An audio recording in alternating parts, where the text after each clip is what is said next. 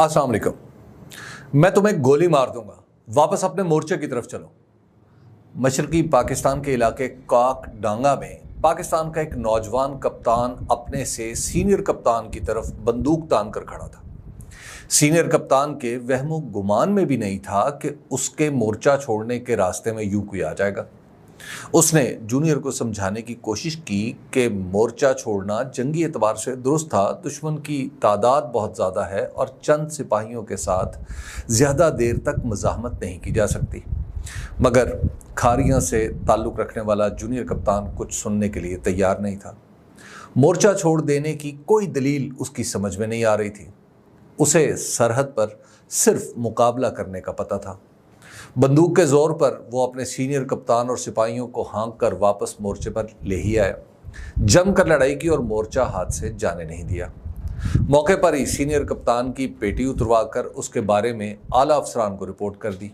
उसके खैरखाओं ने जिंदगी की ऊंच नीच बताई, सीनियर कप्तान के बासर बाप के बारे में बताया, लेकिन वो तो पागल था।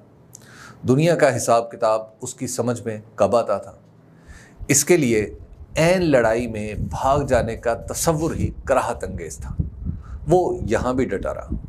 यहाँ से कहानी और ज़िंदगी मुख्तलिफ मोड़ लेती हुई आगे बढ़ी तो मालूम हुआ कि सीनियर कप्तान फ़ौज से ब्यूरोक्रेसी में चला गया और आला ओहदे पर पहुँच गया। डट जाने वाला पाकिस्तान की गलियों, खेतों और जेलों में वक्त गुजारता रहा। उसी जैसा एक मशरकी पाकिस्तान के श्याम नगर में भी था। नाम तो उसका अफसरुद्दीन था, मगर असल में हुकूमत पाकिस्तान का चपड़ासी था। ये वही था जिसने 1947 में पहली बार श्याम नगर में पाकिस्तान का झंडा बुलंद किया।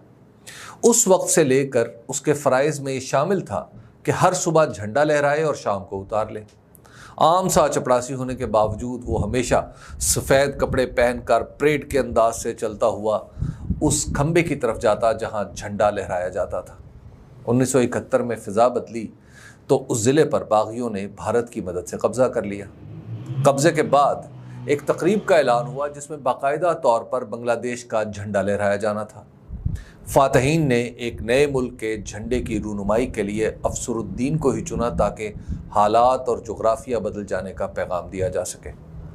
वक्त मुकर्ररा पर पिंडाल शहर के लोगों से भर गया। अब पाकिस्तान का झंडा उतारा जाना था। अपनी रवायत के मुताबिक अफसरुद्दीन सफ़ेद लिबास पहनकर परेड करता हुआ खंबे तक पहुंचा और खंबे के साथ लिपट कर धाड़े मार मार कर रोने लगा और बोला, ये झंडा नहीं उतरेगा।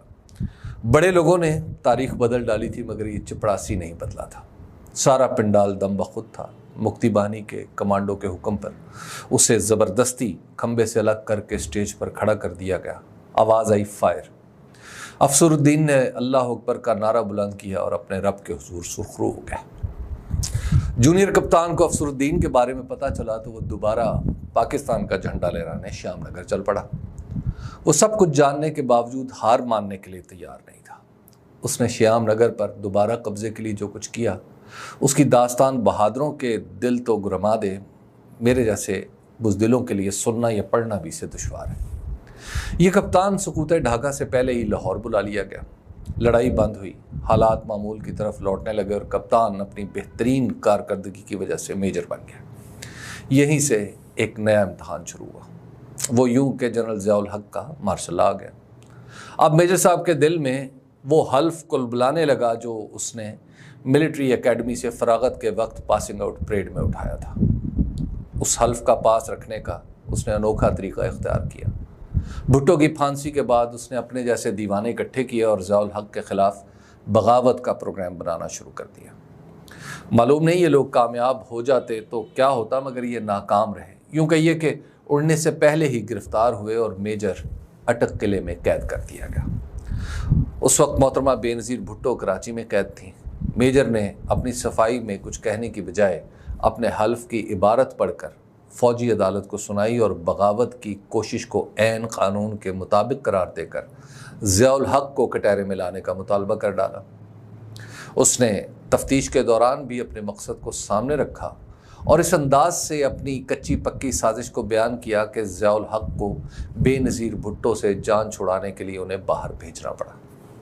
इसी मौके पर बेनज़ीर भुट्टो ने उसे अपना तीसरा भाई करार दिया। बहन वज़ीर आज़म बनी तो ये भाई भी रहा हुआ। उसने जेल से बाहर आकर देखा तो दुनिया बदल चुकी थी। पीपल्स पार्टी के वो कारकुन जो कोड़े खाकर और फांसी के तख्ते पर खड़े होकर भुट्टो भुट्टो पुकारते थे, नज़रअंदाज कर दिए गए और पैराशूट के ज़रिए पार्टी में उतरे हुए हुक्मरानी करने लगे। इन हालात में किसी को तो खड़े होना था, सो वही खड़ा हो गया। अब उसके सामने कारकुनों के हुकूक थे। अपने लिए बेशुमार मौक़े गिनवा कर कारकुनों की बात शुरू की तो नवाज शरीफ का पैगाम आ गया।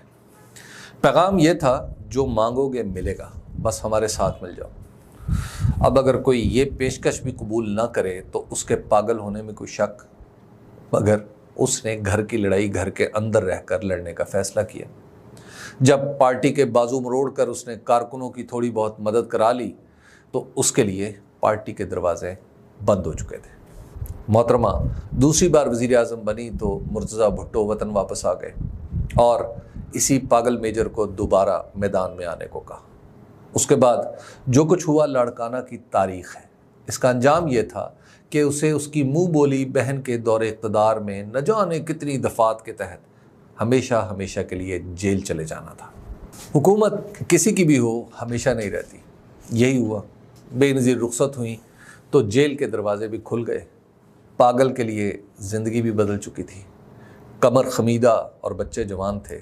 जिम्मेदारियां बढ़ रही थीं और हाथ खाली। इधर उधर हाथ पांव मारते हुए ज़िंदगी गुजर रही थी कि वो शहबाज शरीफ से आ टकराया। बड़े लोगों को शौक़ होता है कि उनके गिर्द मुनफरिद किस्म के किरदार मौजूद हों। शायद इसी शौक़ के तहत उन्होंने इसको अपने शिकायत सेल में बिठा दिया।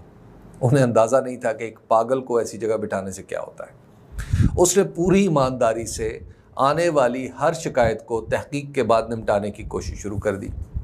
उसके बाद पंजाब के दफ्तरों में हाहाकार मच गई। इस किस्म के पागलों का मसला ये होता है कि किसी बुढ़िया की जायदाद पर कब्ज़े, किसी बेगुनाह के ख़िलाफ़ मुकदमे, पुलिस की ज़्यादती या पटवार के जुल्म जैसी छोटी छोटी बातें उनके लिए छोटी नहीं होती।